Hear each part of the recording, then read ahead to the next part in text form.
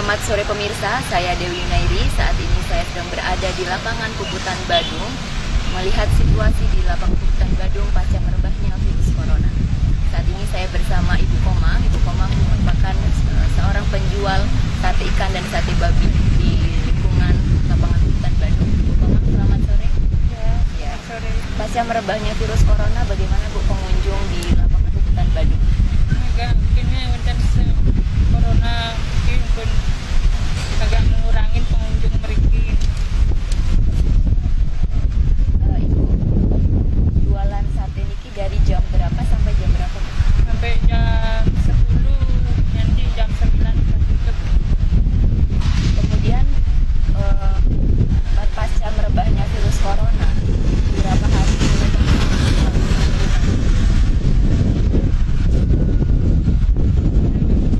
Benar pun 2 mingguan. 2 mingguan. Ibu Komang merasakan ketakutan adanya merebaknya virus corona yang sudah merebak di Bali, bahkan sudah makan korban. Rasa ketakutan. Takut ya? Takut. Tapi bagaimana, harus tetap lanjut berjualan atau akan istirahat? Tetap berjualan biar ada pemasukan dikit-dikit. Ibu Komang berjualan setiap hari? Setiap hari.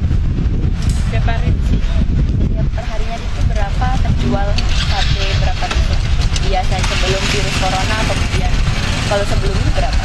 Kalau sebelumnya, kalau segini habis 3 kilo habis. 2 kilo. Ya, Setelah merebaknya virus corona kurang lebih 2 minggu ini, berapa 2 kilo enggak habis. 2 kilo tidak? Kalau 4 kilo habis, kalau belum corona. Minggu sebelumnya. Sebelumnya 5 kilo habis.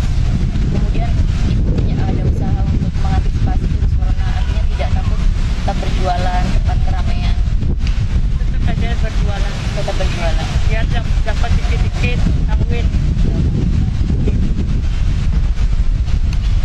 Baik pemirsa Bali TV, tadi saya sudah berbincang dengan Ibu Komang, salah satu penjual sate di lingkungan lapangan Puputan Badung.